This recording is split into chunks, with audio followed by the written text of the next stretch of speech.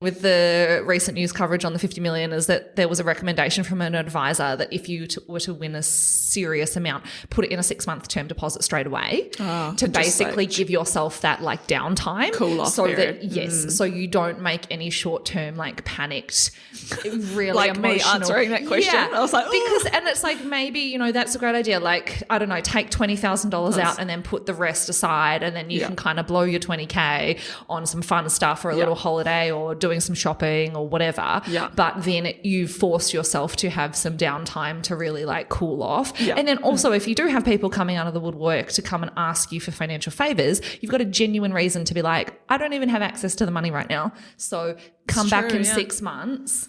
And by then I'll move it into something else. Yeah, exactly. By then I would have thought of a proper reason to say no to you. Welcome to It's No Secret, a podcast for Kiwis who want their money questions answered. Ready, steady, go. This podcast will answer the money questions you may or may not have on your mind. We'll talk to real Kiwis and share truths about our own financial lives. Both the successes and the failures. Because the truth is, there is no secret to achieving financial freedom. Hello and welcome to It's No Secret. I'm Kat. And I'm Christine. And today we're back with another money Q&A episode. This week we are kicking into 3 questions from listeners of the pod. Bit of a random mix, but hey, here we are. It's all good. Now to start with the recent Powerball prize pool reaching a whopping $50 million and getting a ton of media. There has been some chatter, particularly in the office, but I feel like probably in everybody's homes as well, about what you would do if you won any amount of money, but particularly such a large sum. At some point, we've probably all dreamed about winning the Lotto. So we thought that we would revisit some of the more emotional aspects and chat through the question 1 of basically what you would do if you did win the Lotto and what are some of the pitfalls. So Christine, I'm just going to throw you a quick question, which is what would you actually personally spend the money on? If I won $50 million? Yeah. Yep. Or any Lotto amount. I feel like 50 really opens up to a whole world of possibilities. But let's assume you're like the $7 million winner, which is what actually happened. Yeah, but we're not. It's a bit more than 20,000. Yes, like kind of vibe. Yes, Yeah. It's not like, okay, I'll probably put that in investments. You know? Exactly. I reckon, let's 7 say if figures. it was 7 million. Okay.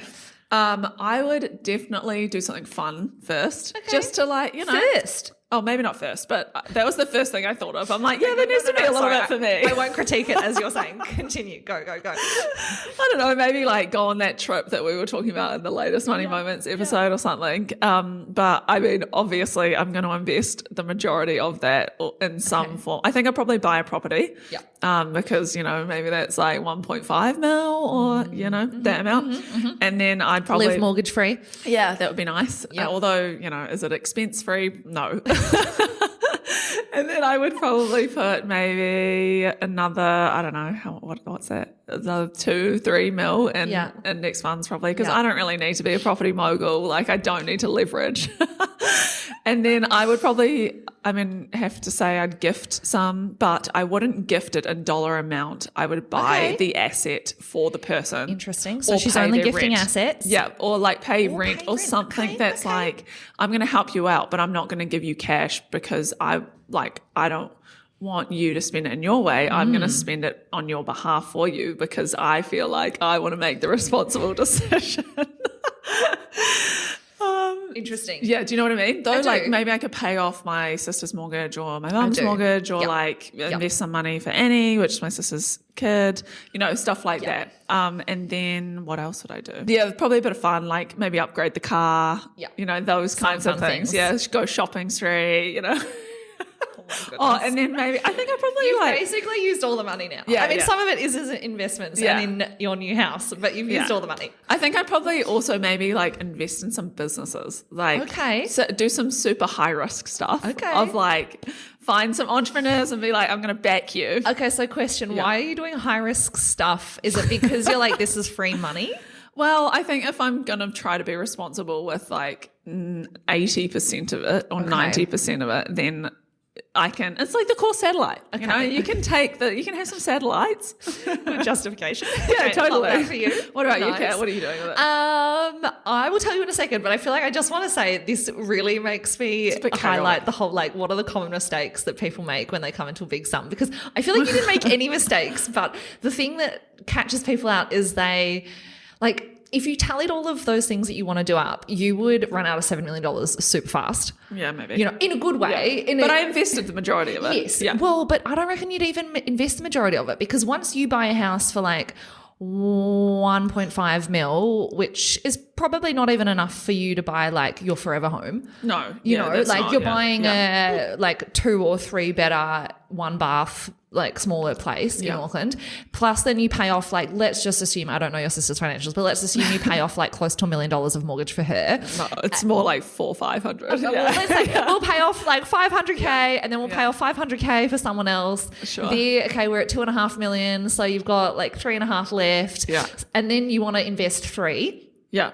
And then you've got $500,000 to like go on a dream holiday, I'm going to assume you're going to buy a Range Rover. You're no, gonna, it's a green Mini. Okay. Okay. You're buying a green Mini. That's still probably like 100K. The dream car. 100K, 50K on a holiday. Yeah. And then you've got like, probably 200 grand left for business investments. Yeah.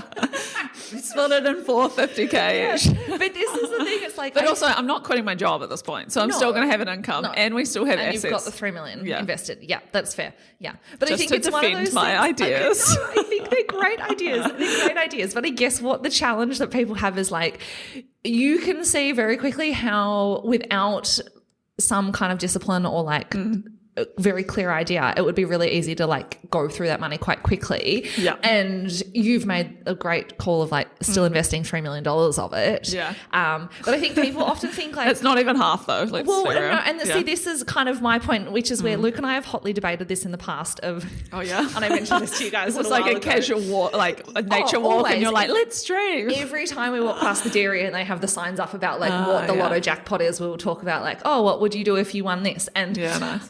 People are going to be like, oh my God, don't say this. But my strong standing point is like, there is a threshold in which Lotto has to be over for it to like super change your life and change the life for all of those around you. Okay. And I would hypothetically argue that like, while $7 million is a lot of money, and I don't want to take away from that, it is not necessarily enough to change your life. Because if Luke and I both wanted to quit our jobs and replace our income, we'd have to invest like 3 to 5 million of that money to do that. Yeah, you know? right. And well, first of all, we're paying off our $1 million mortgage. So, okay, we're down to 6. Then we want to pay off everybody else's mortgage. That's another $1 million, easy, probably another $1.5 million.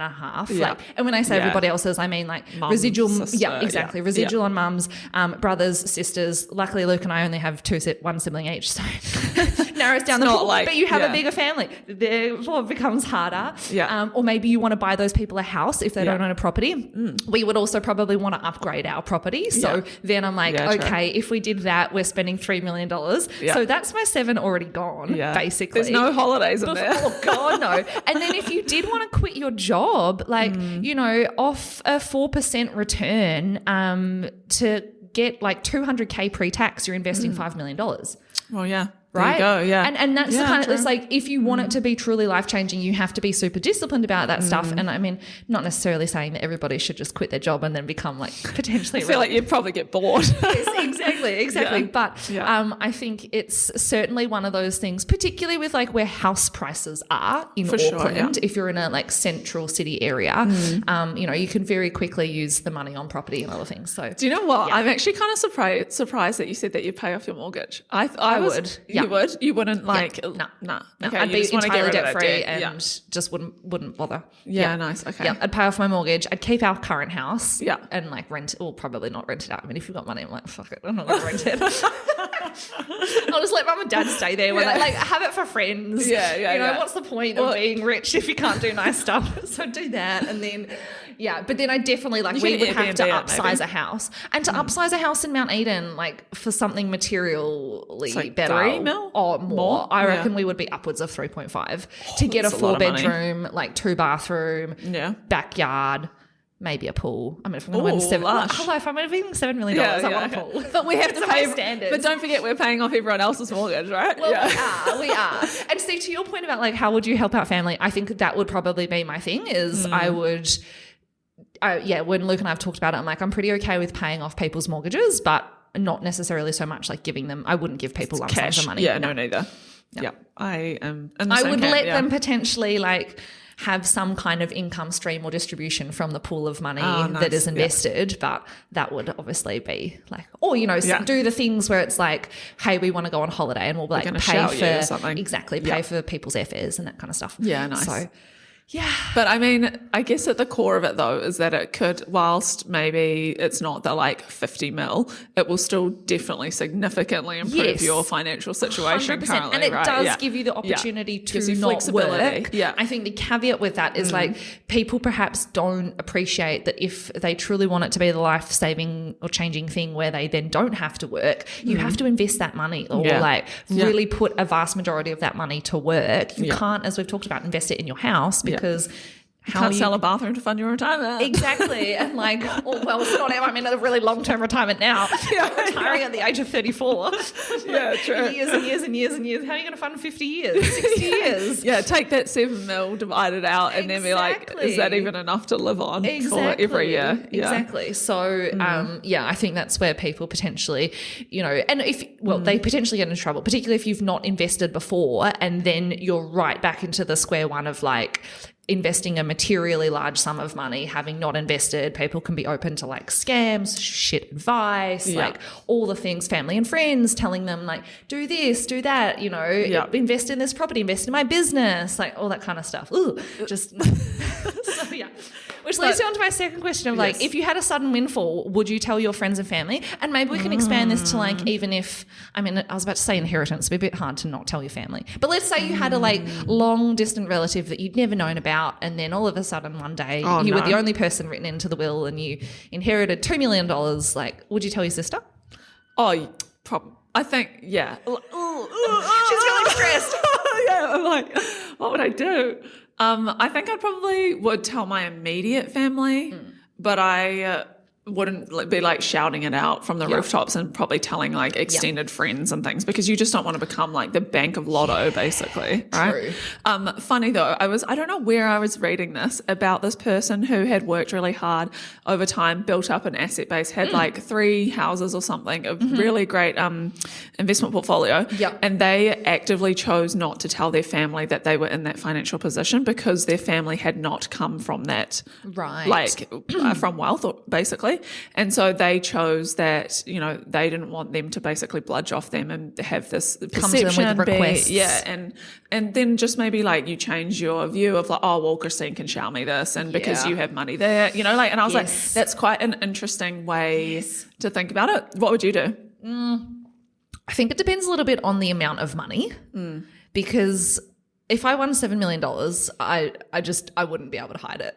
I'd be you guys would be like, oh, where are you getting that money from? Taking time off work. Like, she's going away for 6 months. Like what? And also I'm like an open book, funny. So I think I would really struggle. Whereas say if it was, but then it also depends. If it was, I was about to say, if it was a lesser amount of money, like an inheritance, which I have received in the past from a grandparent, it's like I have not necessarily outwardly told people that. But if people have asked me, like one thing recently was, I was catching up with some friends and they hadn't seen the ring that I bought from like my grandma's inheritance. And they were like, wow, like this is beautiful. Like, where did you get this? And they thought I had it made from like existing jewelry. And I was like, oh no, I didn't. I just bought it. And they were like, oh my God. I'm like, yeah, but guys, like from an inheritance, it's, you know, I kind of gave them the context. Exactly. I gave them the context of where it came from. And so I think in those instances, yes, but then you're not sort of like necessarily shouting it from the rooftops or being really specific about like exactly how much money you did receive. Yeah, I think that's a very good point though. It's like visually there will be a difference depending on how much you win basically. I think as well really depends on your personality, because I can imagine like I would not have any problems saying no to people if they ask me for money. If I won $10 million and all of a sudden people came out of the woodwork and were asking me for things, I think I'd be quite comfortable. Yes. Or even like friends, you know, asking for like short-term loans, all that kind of stuff. I would basically be like, yeah, nah. Whereas sorry, Luke, I'm going to throw you under the bus here. As an inherent people pleaser, I feel like, and just the type of personality he is, I think he would really struggle with that. Yep. And so I imagine that would also play into like how secretive or just private you need to be about those things so that you don't feel like you're constantly being put in a position that you're really challenged with. Yeah, for sure. Whereas I'd be like, yeah, everybody know about it. Come and ask me. And then I can be like, no. Dream killer. Savage. No, I'd probably be like, hi, I'll pay for you to go get financial advice so you can get out of this situation that you're in. Yeah, that's cool. And like set you up with a relationship because that'll cost me $5,000 and that's cool. But I'm not going to like, I don't know, I'm just hypothetically creating some people that have financial problems in my life. I don't think they do. But it's like, I'm just going to teach you all how to be better with your money. And that's literally, the gift that I'm but that's giving the you. thing. Yeah. Like otherwise everybody knows, well, how are you going to help the person anyway? If they don't help themselves. So anyway, okay, that round over. That. Yeah, great. Nice. One can dream. Yeah. Anything else on the Lotto? Any Yes. common mistakes? I guess did you see any? I think it's just the people that firstly like have never really invested or done anything with money outside of perhaps like buying a house or spending it, and then they are naturally in a super beginner state and they don't really know where to start. And then one thing I found funny about your answer was you're like, I'm going to go buy some stuff. And I'm like, of course, that's the natural impulses. Or like, I'm going to go go on a holiday. Like one thing I read recently with the recent news coverage on the 50 million is that there was a recommendation from an advisor that if you were to win a serious amount, put it in a 6-month term deposit straight away to basically give yourself that like downtime. Cool off so period. that, so you don't make any short-term like panicked, really like emotional. me answering that question. Yeah, I was like, and it's like maybe, that's a great idea. Like, I don't know, take $20,000 out and then put the rest aside, and then you can kind of blow your 20K on some fun stuff or a little holiday or doing some shopping or whatever. Yeah. But then you force yourself to have some downtime to really like cool off. Yeah. And then also if you do have people coming out of the woodwork to come and ask you for financial favors, you've got a genuine reason to be like, I don't even have access to the money right now. So come back in 6 monts. And by then I'll move it into something else. Yeah, exactly. By then I would have thought of a proper reason to say no to you. Yeah. Or I'll divert you to my financial advisor where they will then say no. Exactly. Yeah. So that would be the main one. Nice. Yeah, cool. Yeah. Question 2, I'm going to give this to you. So scenario is I'm currently living in New Zealand and I'm investing with Kernel. However, later on this year, I'm moving to the UK for 3 years to study, which is very exciting. I'm wondering if there's anything I need to do in terms of changing my investments or if I can just continue as normal. Great questions. I have some questions. Okay, classic move. Answer a question with another question. Sure. Okay, fine. well, so like they're investing with Kernel, but do they want to take that money out to then use it for I don't study? think so. The underlying sentiment I was getting from this question is no, they intend to just keep it. But it's like, does being overseas change anything materially? Oh, I see. So it's not about like, are we moving closer to the goal of like needing the money? I don't think so. I see. Okay. Yeah. Well, if they're a New Zealand citizen or they have a close tie to New Zealand as a previous resident or something, then they can continue investing as normal. They just need to keep their New Zealand bank account, right? To then be able to withdraw and deposit and then transfer wise money in and then keep going. So the answer is no, not really, as long as you have those things. Yeah, exactly. That's pretty much it. And then basically for anyone that moves overseas, just being considerate of if and when your tax residency changes, like your actual physical residency, particularly if you're a New Zealand citizen passport holder, doesn't really matter if you end up being away from the country for more than 3 years. You still have like a close enough connection to New Zealand to maintain those types of accounts. And then, it's more about making sure that you are across your tax and providing any foreign tax details. But in this instance, given this person's studying, I'm like, they potentially are not going to be like working in the UK and paying tax in the UK. So it's kind of simplified. Yeah, nice. Love it. Yeah. Cool. Great. Okay, I'm going to pass this last one back to you. Great. For those of you who've listened to our latest episode, which is private versus public schools. Hot topic. Yes, it Great is very feedback. hot. Keep it coming. There was just a discussion around, I mean, naturally there's like some higher decile schools in certain like suburbs or zones. And a lot of, people want to move into those zones to then be able to send their kids to those schools. So we had the question, are you better off paying more for a property to be in a grammar zone in Auckland or a zone with a like high decile school? Assumption is, let's say the house cost around $2 million, or sending your kids to private school, noting that the like average cost of a private school is roughly around $30,000, which can equate to like $150,000 over 5 years for one child. Sending them to high school from 9 to 13. Yes. This is a really good question. Yes. We sort of briefly mentioned this in the episode, but we didn't really dig into kind of like what was the benefit. Yeah. So I feel like this is a really hard one to answer because there's so many moving parts and assumptions, right? So firstly, you have to consider like what's your ability to buy into a better school zone? If we're basing our assumption, and I think real estate agents do tell you this, that like there can be a $500K to $1 million premium just to get into some of the grammar school zones in Auckland for essentially the equivalent size house. And we talked about this recently actually I was looking at a property in the like bottom end of Mount Eden versus like the core grammar zone area, and there was literally $1 million price point between a similar type of property and those two parts of the same suburb, based on the school zoning, one would assume. So it really does depend. I think, if you're looking at that, Mark, like if you're coming in hot and this is the first house you're ever buying, that's a huge hurdle to overcome, right? Like if you are just trying to buy into a 2 million plus zone, you've got to have a really chunky deposit saved up and you've got to have like really, really good serviceability. And so potentially if that's your situation, like actually just paying for the private school that you're not locked into. So, like you kind of are locked into a house. That obviously does change. But you know what I mean? Yeah. If let's say you found that the private school either wasn't working or it was too hard financially, or actually you just like wasn't working for your child and you had another option, you're not locked into paying for that for the whole 5 years. But of course, if you have bought a house in a particular zone and then after 2 years you don't want to be there anymore, potentially you have just more consideration around whether that's the appropriate time to sell and, depending on what the market's doing and all that kind of stuff. So it's not necessarily as easy to just like turn off the house purchase in the same way that it is to turn off the school fees. Yeah. So there's that. Yeah, makes sense, yeah.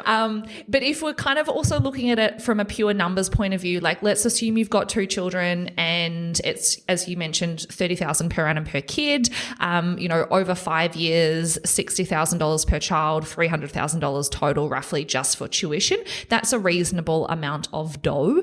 Based on a 7% interest rate, $60,000 a year is the interest payable on $850,000 of mortgage.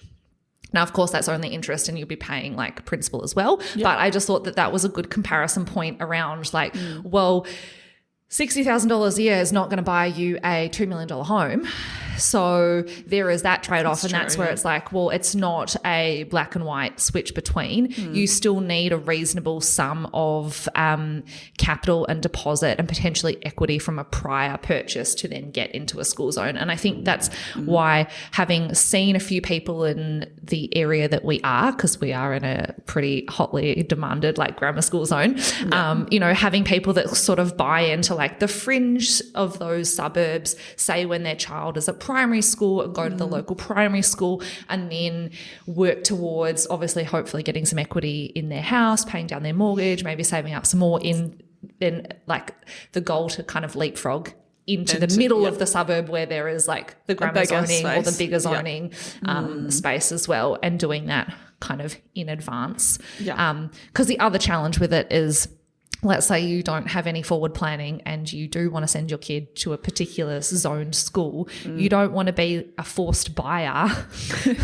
like 12 months out before they start, because you're not necessarily going to have the time and flexibility to make a really good purchase. Yeah, sound decision. Yeah, exactly. So, I've heard of some people that have wanted to get their kid into grammar zones for senior, but they've bought basically when their child is like started intermediate, but they're still going to the local intermediate, and then they're sort of buying into the school zone like a couple of years in advance. So that they can be there for the high school chunk. Yes, exactly. Yeah, exactly. Nice. So what would you say about return on investment? Because obviously, this is a great one, like right? A kid's education basically versus potential capital gain. Exactly. So I was literally chatting with someone in our team about this morning who, funnily enough, lives in the same suburb as me, so is in a decent like grammar zone or school zone, and across her children did a split. So some of the kids went to private, some of the kids went to private and public, and some of the kids just kind of went to public.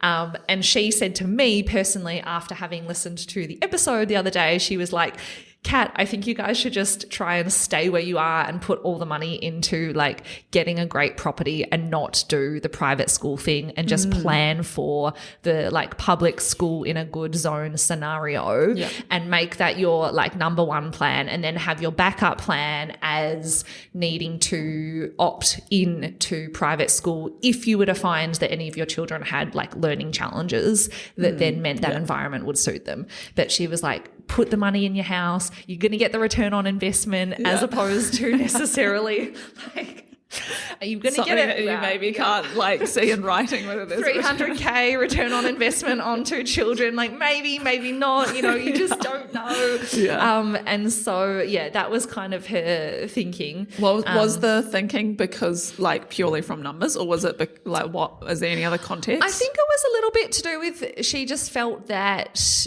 well, she reflected on when she first enrolled her kids into private school. She didn't really come at it with, like, she didn't think about it from a kind of ongoing cost perspective. It was more of a like, we can just scrape it all together to cover it year on year, and didn't think of it from a total cost, total investment point of view. And then also didn't really think of it from the opportunity cost point of view. And her view was like, well, having now put 3 kids through school, we really valued also being able to do other things. And I think they had the flexibility of other things having the children in public, as we talked about. And the other thing that she mentioned, which was hilarious because it made me kind of think about high school, was the like she said it's all the peripherals, and she made a comment about one of her kids that went to all private had to have more pocket money than the other kids because of the types of activities. And she's like, and the birthday presents and the things that child was doing with her social circle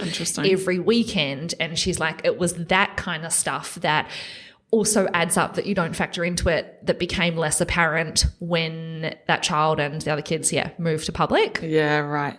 Yeah. She also, I think, because I had like a follow-on chat after, you guys obviously must have had this conversation, and she was saying about the teacher piece, which I know I made some bold statements about in terms of like, pay and high quality. Yeah, well, like if you come at it from like a private corporate level job, that's literally kind of what it is.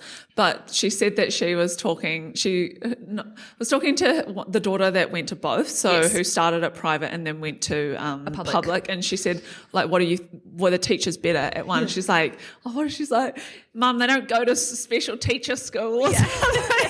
They all go to the same training facilities, the same universities, the same education. But then the point that she did make is for schools like Auckland Grammar is that, because they offer things like Cambridge or IB or whatever, they do need to pay to get special teachers or teachers that have that experience. And so the example she used was she'd heard of Auckland Grammar basically bringing in teachers from England who had really good experience teaching Cambridge to then come teach there. And so, there are like other elements, I guess, of that. But that's Auckland Grammar is a public school as well. So I guess it really depends. Yeah, exactly. And then I also had some feedback slide into my personal DMs post this from someone that is a teacher that has worked across public and private. And her comment was teachers move around anyway because they actually want like the job change.